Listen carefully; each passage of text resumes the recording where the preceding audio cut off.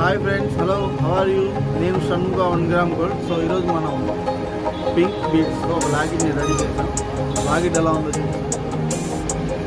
Total మొత్తం hand work చేసాం. ఇదంతా మనమే